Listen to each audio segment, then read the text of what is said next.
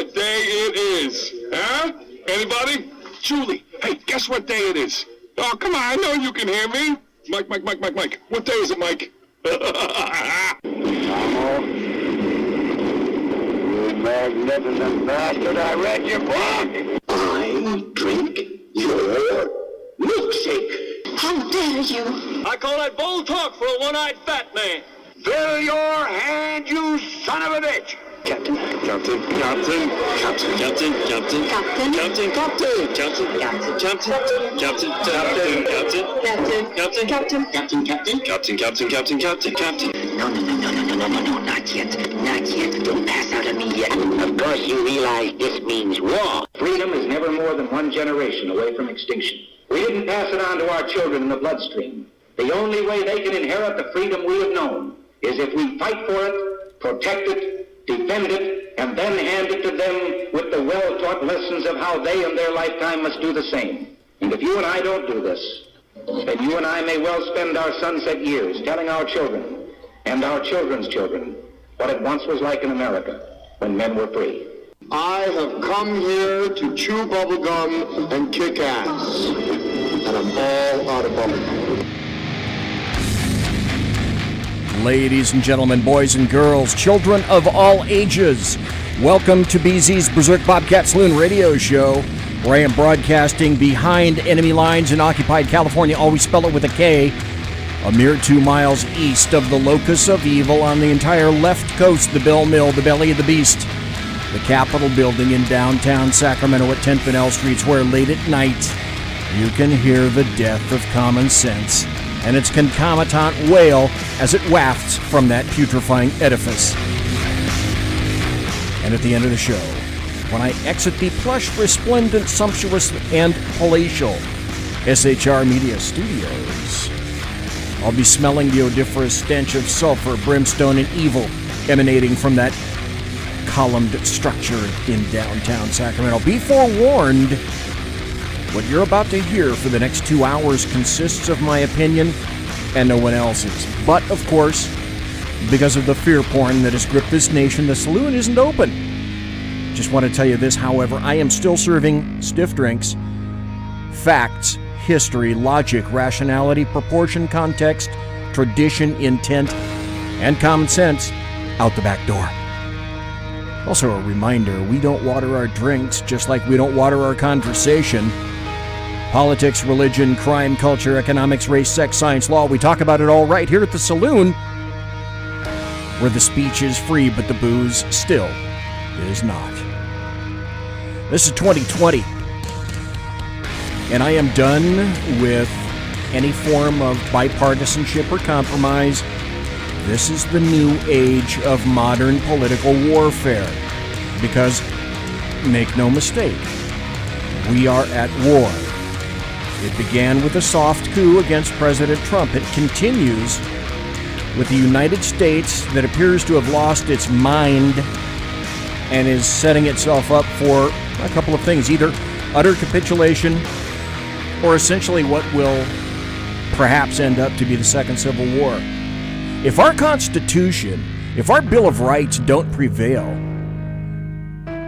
we have absolutely lost this nation, and it might not be coming back in our lifetimes. Because if we lose freedom here in the United States of America, where else are we going to find it around the planet? And I would postulate you're going to have a difficult time doing that. Now, ladies and gentlemen, boys and girls,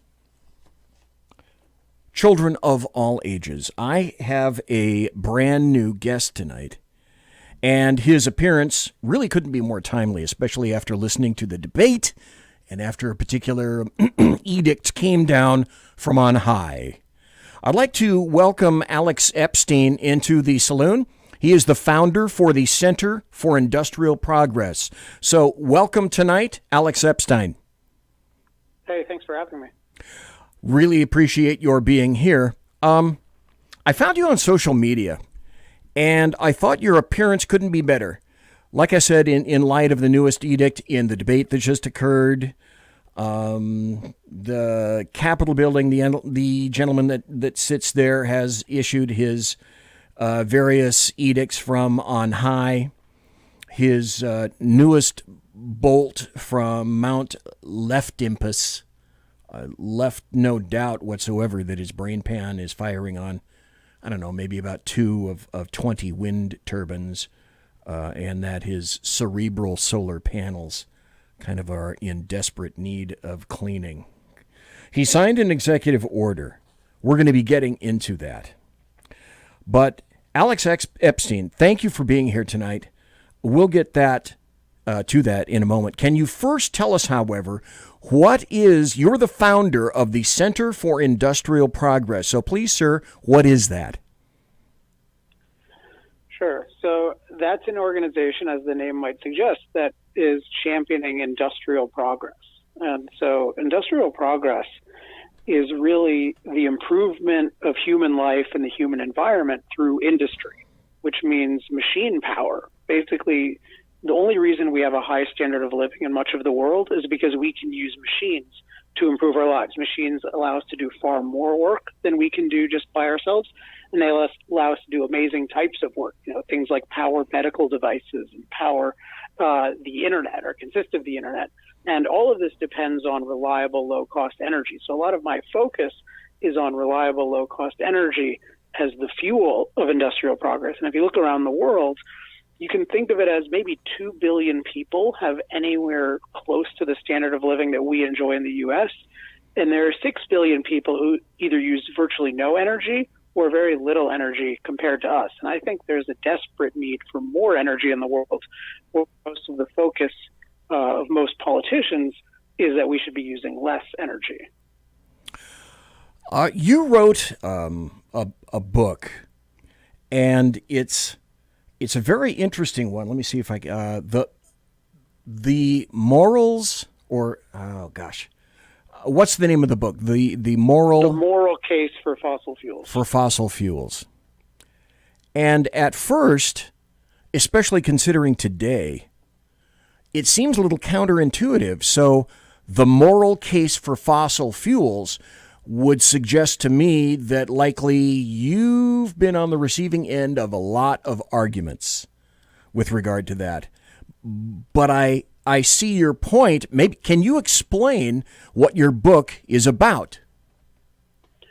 Sure. So the moral case for fossil fuels, the idea of it is that the moral path forward for humanity is actually to use more fossil fuels versus the far less that most people are taught to think. If you look at the presidential debates and discussions around the world, there's a very popular view that we should try to rapidly eliminate fossil fuels. Certainly the basis of all of Joe Biden's plans. That's the basis of the Green New Deal.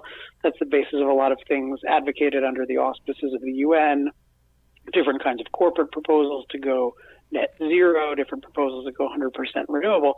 And my view is that that's all the wrong direction. And I gave a part of the reason just a second ago, which is that the world needs far more energy if people are to have modern, prosperous, healthy lives. Again, only 2 billion people in the world use anywhere near the amount of energy that we in the U.S.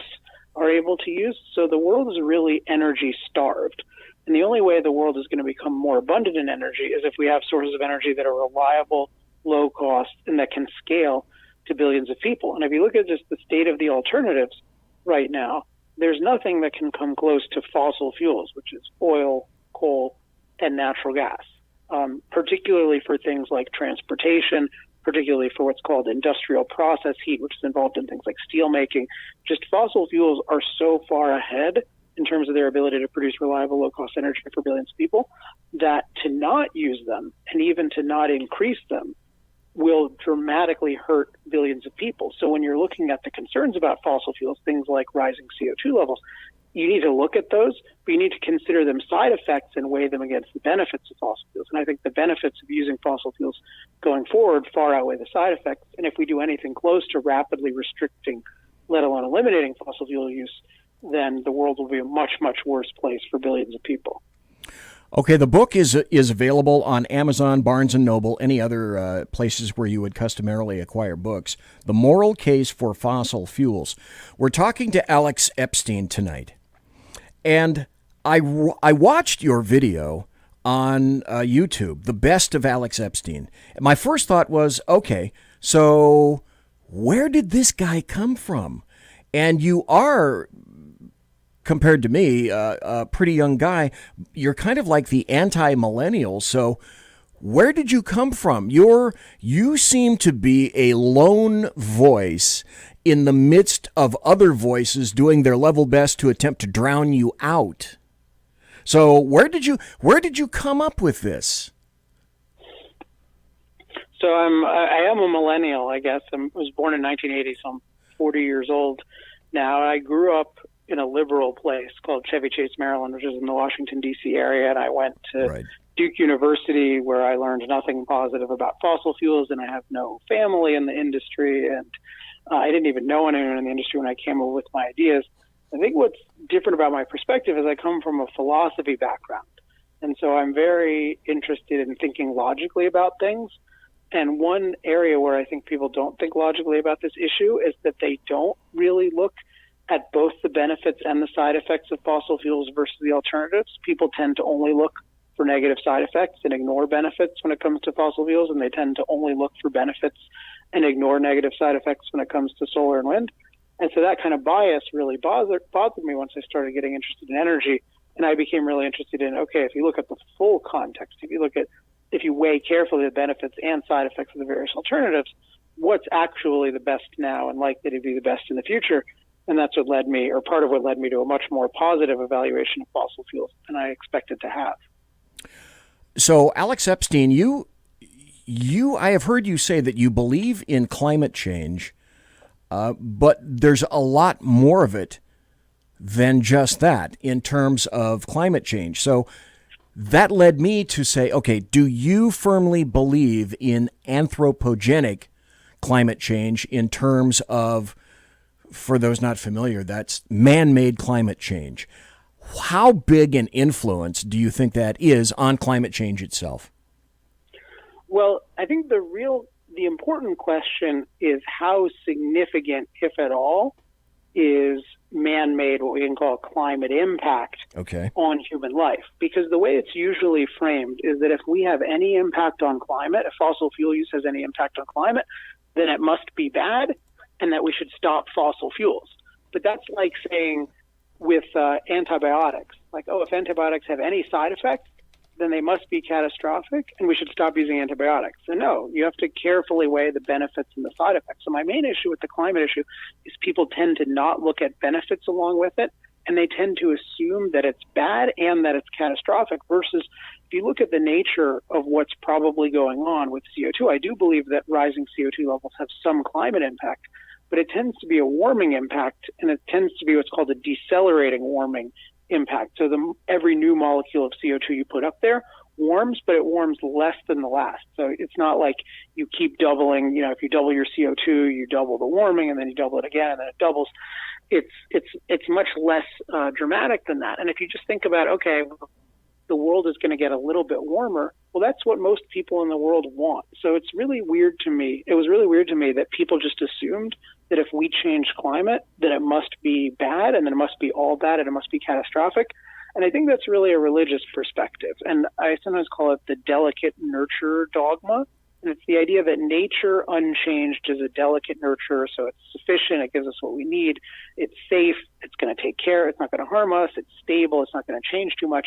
But then if we impact it, then it's just going to become some sort of devil planet or hell. And in reality, nature is not a delicate nurture. I think of nature as wild potential. So it has the potential to be a really good place to live. But naturally, it's wild. It's actually deficient. It doesn't give us enough resources. It's dangerous. It's dynamic. And so we need to impact it a lot intelligently. And that's a lot of what energy and machines allow us to do. They allow us to impact the planet in a much more positive way, so that instead of scrounging for food, we have all these amazing modern farms powered by just a small percentage of people. Instead of being terrorized by the climate, we have these amazing, sturdy, climate-controlled buildings. We have modern drought relief. Instead of spending all of our time, trying to get our food, trying to get some sort of decent water, and trying to get some sort of basic protection from the elements and from predators, we have huge amounts of opportunity to do whatever we want with our lives. So that's only because we have abundant machine power and that comes from reliable, low-cost energy. So I totally disagree with the whole perspective that nature is this delicate nurturer and that our impact is bad and it must be catastrophic. If you look overall at our impact on nature, just in terms of climate, if you actually tally how many people die from climate, like from extreme heat, extreme cold, storms, floods, that's actually what's called climate-related deaths. Those have gone down by a rate of 98% over the last century, which means we're way safer from climate than we used to be as we've used more fossil fuels, let alone everything else that's gotten better. So what's actually happening is fossil fuels are making the world a much better place to live, and trying to get rid of them would make the world a much worse place to live. Folks, we're talking to Alex Epstein tonight. He's the founder of the Center for Industrial Progress. And the book, one of a couple of books that he's written, is The Moral Case for Fossil Fuels. You mentioned something about religion, and I've called these people for a while religious leftists. We cannot allow science to not be mentioned, and the one thing that seems to be a common thread amongst the things that I've been reading of you is science and statistics. I need to ask you this question because some people, and they tend to be on the left, say something similar to the science is the science. It's done. It's ended. Well, the BBC already said that. The science is done. It's ended. There is no further discussion. But it would seem to me, Alex Epstein, that I can go, I don't know, climatedepot.com or any other number of places. And for roughly every article that is touting global warming and we're all going to hell, I can almost find another article indicating essentially the opposite. So it seems as though, and let me ask you this, is the science final? Is it immured? Or must we say something similar to, you know what, it's ever changing and it's kind of fluctuous? Yeah, I think the whole thing around science is misframed because what science is really specialized knowledge about different fields. So the question is, with the question of what should we do about energy, specifically fossil fuels, there are a bunch of different quote-unquote scientific issues that need to be considered. So one is, what's the nature of our impact on climate? But another huge one is, how does energy affect human life? And what's the ability of fossil fuels versus alternatives to provide reliable, low-cost energy to billions of people? And when people say the science is settled, one huge portion of that is they're just looking at this question of, do fossil fuels impact climate? But they're not precise about how significant the impact is, because there's a huge amount of debate over that. And they don't talk at all about the benefits of fossil fuels. So it'd be like people saying, oh, the science is settled, antibiotics have side effects. Okay, but that's not really a precise idea, even if it's true. Okay, yeah, most people believe they have side effects, but what are the benefits and how significant are the side effects? So the whole relying on science, but using that is just this dogmatic thing that is an excuse for not thinking about the full context. I actually think if you look at the facts in every different field, I think the science is settled that fossil fuels are good, because the benefits of energy are so huge and fossil fuels are so superior at their ability to generate energy with reliability and low cost for billions of people. And the side effects of fossil fuels on climate are so manageable. That's why we've been increasing CO2 in the atmosphere for 170 years. And our climate safety has dramatically improved. So the thing that they're supposedly causing a problem with is getting better. So I think science has settled that fossil fuels are making the world a much better place. When people say the science has settled that humans have an impact on climate, okay, I'm willing to agree with that. But for me, that's just part of the big picture, that they're overall a huge benefit for human life. Alex Epstein, would you be willing to take a couple of phone calls or two of people having to call in? Sure. I just want to make one comment in case we don't get to it, that sure. We're talking about elections and whatnot. There's a resource I've created recently called energytalkingpoints.com, and I would just really encourage people. I wish that the candidates had looked at this resource in tonight's debate. It would have been a lot better on energy and economy, but it's called energytalkingpoints.com, and it's got really quick, powerful, and true talking points backed up by really good references on all of these different issues. So if people are interested in that, definitely check that. And also, if anyone is interested in my views more broadly, they can go to the website industrialprogress.com and sign up for our mailing list. Okay, I've just put that into the chat room, so it came out as a URL, folks, if you're in chat.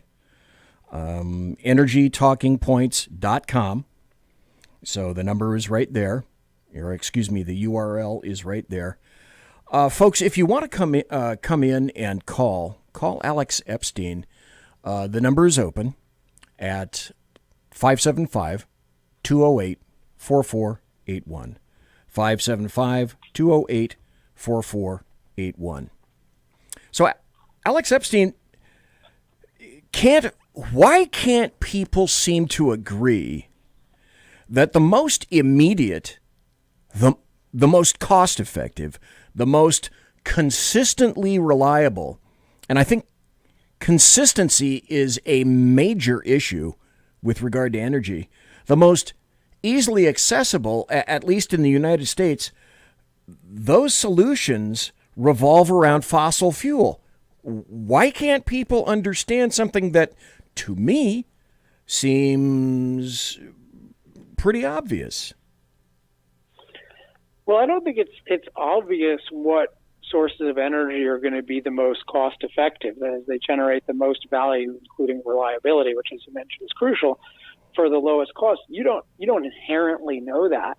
And I think sometimes people have the idea that, oh, well, the sun and the wind, they're free, right? We don't have to pay for them, so that must be cheap. And well, unfortunately, our whole education and media systems just totally fail on this. I mean, really, one thing to get about the price of energy is that energy is always a process. So when you're looking at the cost of solar or the cost of fossil fuels, you have to look at the cost of the whole process. You can't just say, oh, sunlight is free, that's nice.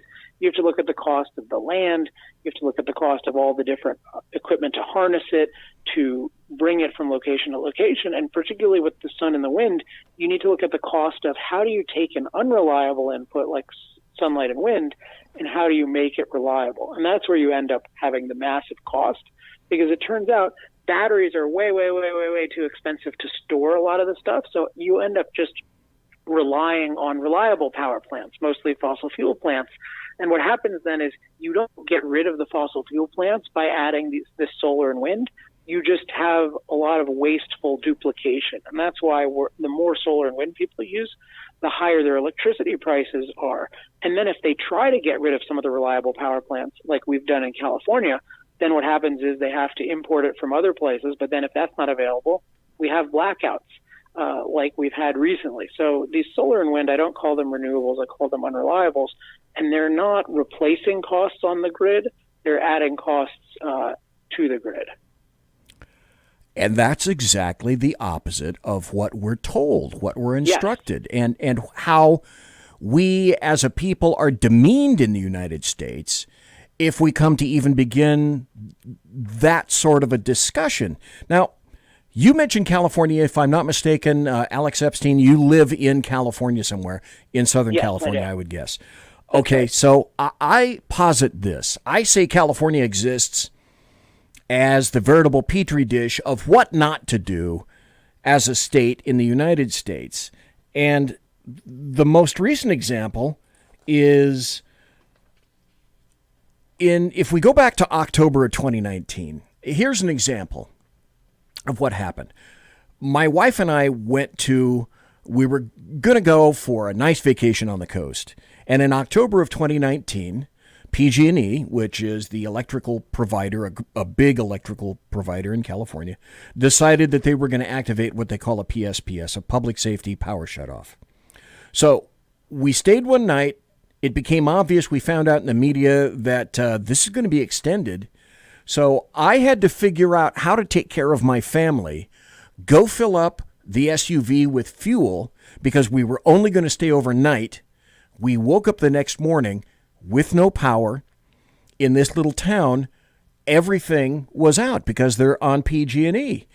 What people don't realize behind this is de rigueur. Now, in California, always spell it with a K. Gas pumps don't work. The electric motors pumping from the underground don't work.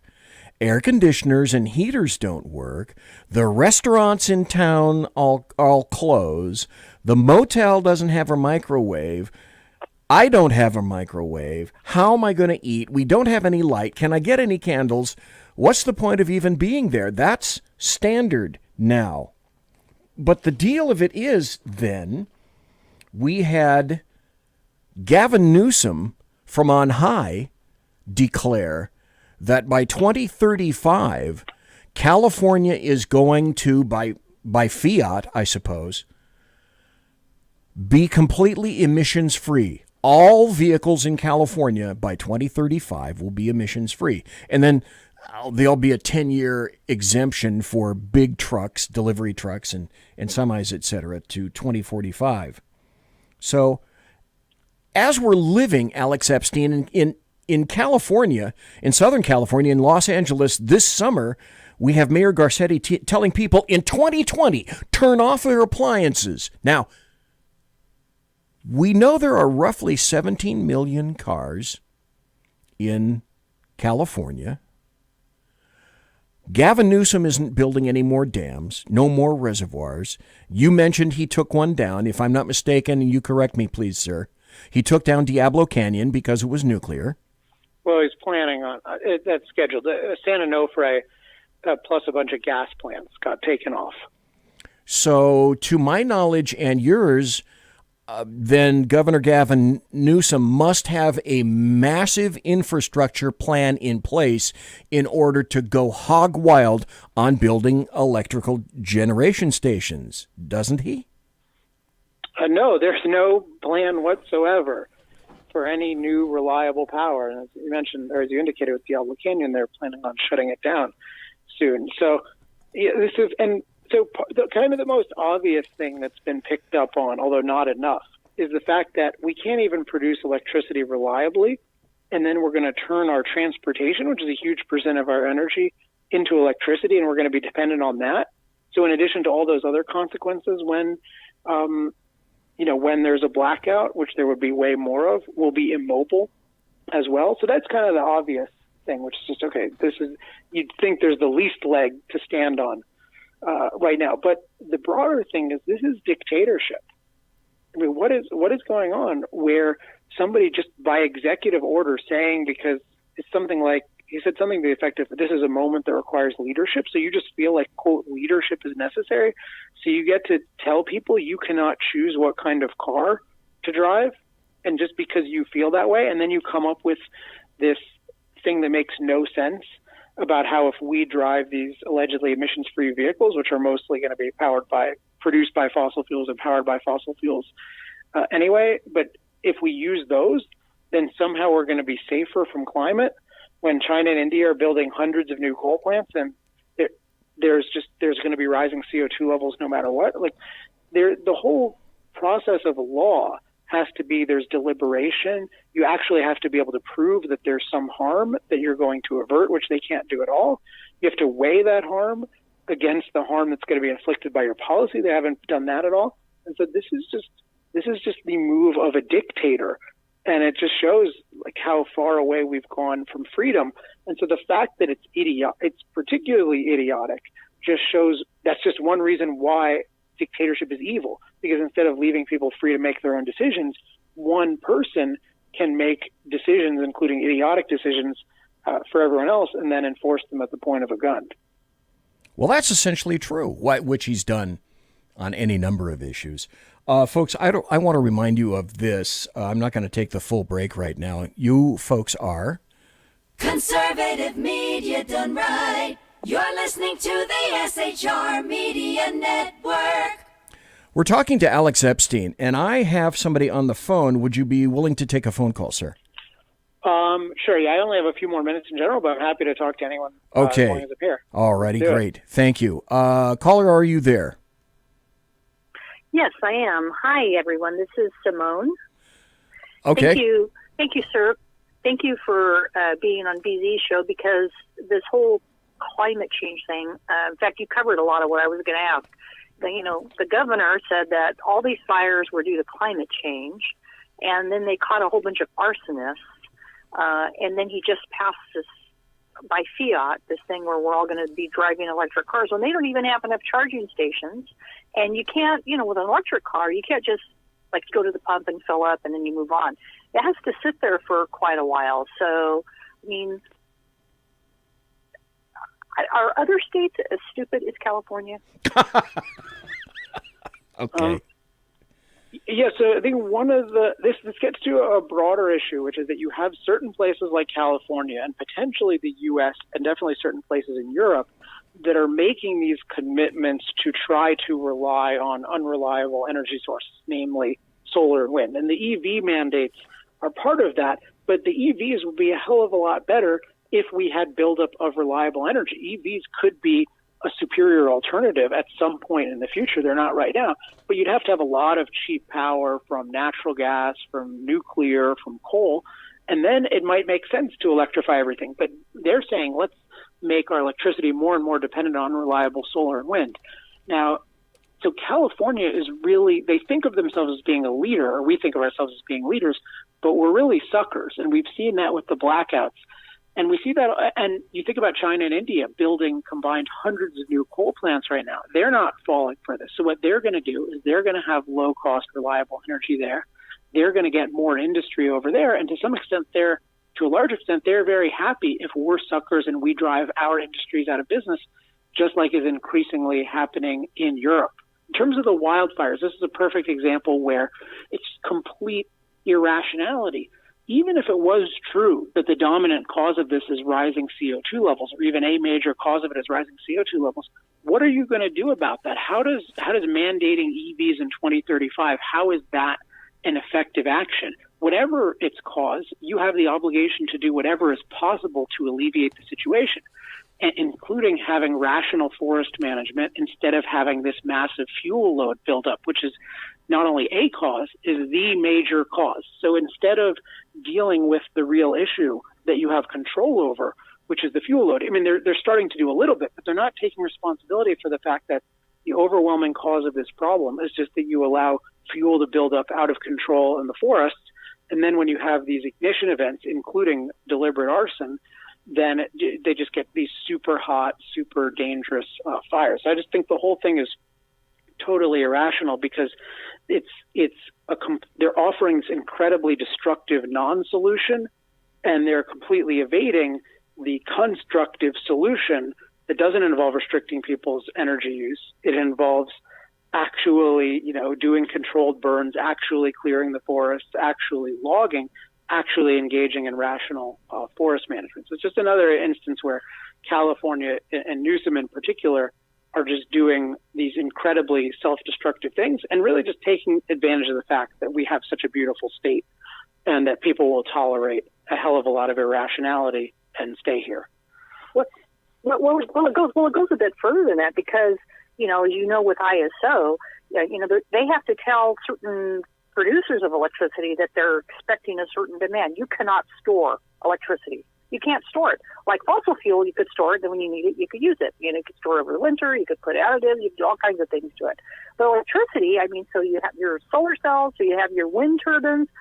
If everything was working and the sun was out, there's no way of storing it. And so that's like the biggest flaw with doing that. Yeah, it's the reliability. So it's not that, you make a really good point in terms of electricity. The modern grid is this amazing thing where pretty much whatever we need when we need it, we can get it. And demand is always changing. It's going up and it's going down. And when you have these reliable stored sources of energy like natural gas and coal and nuclear, you can scale them up and scale them down as necessary. But when you're relying on the sun and the wind, sometimes you have more than you want. Sometimes you have less than you want. It's a total mess. And that's why I mentioned before, they're totally parasitical on the reliable power plants. And so what they're adding is just a lot of duplication and a lot of chaos. And it's if people are interested in this, by the way, there's that website, energytalkingpoints.com, but also if people go on YouTube, youtube.com/improve the planet, I have my podcast there, Power Hour, and we go into a lot of detail on these unreliables. Simone, did you have another question? Thank you.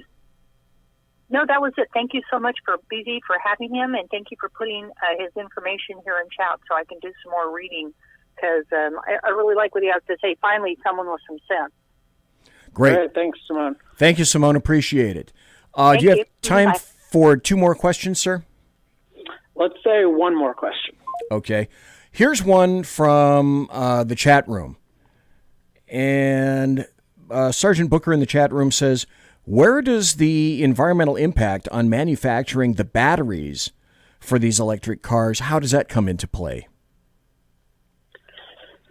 Well, I don't think it comes to play in most people's thinking, unfortunately, because we're taught not to think of the full process involved in energy. We're just taught to think, oh, sun, wind, those are nice, and then batteries, those sound nice too. But yeah, what he's getting at is there's massive mining operations necessary for these batteries.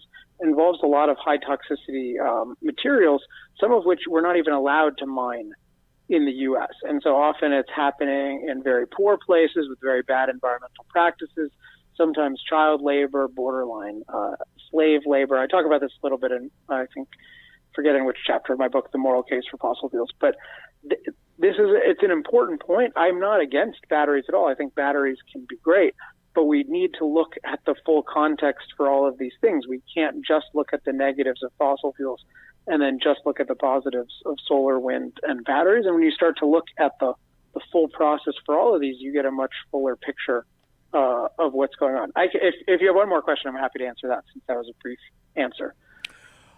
Okay. What about this for a final question? Why is it that energy independence in the United States is a bad thing? There are blood diamonds, conflict diamonds. I've called this for years. Middle Eastern oil is blood oil. It's conflict oil. Why, as a nation, if for no other reason than in terms of security, national security, why wouldn't we want to be energy independent? Well, I think the argument's usually waged saying, well, fossil fuels have all these incredible environmental consequences, and we can just rapidly replace them with solar and wind, and then those are also viewed as domestic. And so I just challenge all of those things. I don't agree that there are these disastrous environmental consequences. There are some environmental challenges with climate. I don't think it's a problem at all, because our adaptive ability is so much greater than any change that we're making, any negative change that we're making, certainly. So I just don't think that's a real issue, as much as people want to focus on it. It's just we're becoming safer and safer from climate. So how can it be an existential crisis? And then in terms of replacement by solar and wind, that's just not true. These unreliables can't replace the reliables.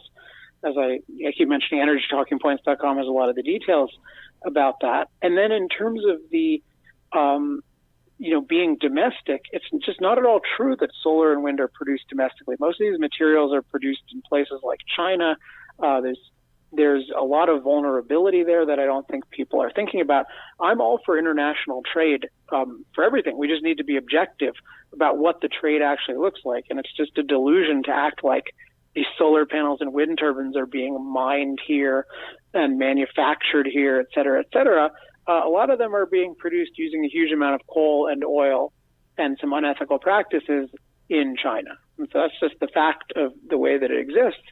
And so if you, from an energy security standpoint, fracking is just incredibly crucial. Fracking is involved in 60% of American oil production, 75% of American natural gas production. To get rid of that, as people are talking about, would just be absolutely catastrophic for the U.S. and even for the world. It's just an incredibly beneficial technology, and it's part of this story that we're not told. We're taught that, fracking is making the world worse, it's polluting our groundwater. That's not true. Fracking is making the world a lot better, because it doesn't cause any more pollution problems than anything else, but it's giving tons and tons of reliable, low-cost energy to millions and millions of Americans that are making our lives better. And just one final point that's relevant, I talk about on EnergyTalkingPoints.com, energy poverty. There are tens of millions of people who really struggle to pay their gasoline bills, their electricity bills, their home heating bills. And the more expensive we make gas, gasoline, electricity, the more hardship those people experience. And in places like the UK, you see increased deaths, not in the summer, but in the winter, because it's still a really cold world. And when people can't afford to heat their homes, they die a lot more than they die from heat. Sometimes there are stories even of people freezing to death with these terrible, terrible policies. So just overall, fossil fuels are so important for life. The benefits so far outweigh the side effects. There are billions of people who need more of them. And so that's why I say the world needs more fossil fuels, not less. Alex Epstein, I know you got to go. I thank you ever so kindly for your time tonight. If there are future energy issues, would you mind coming back to the saloon in the future should some of those issues arise? Yeah, if I can make it, and always just feel free to shoot me an email, and I can at least refer you to a good source. Yeah, happy to come on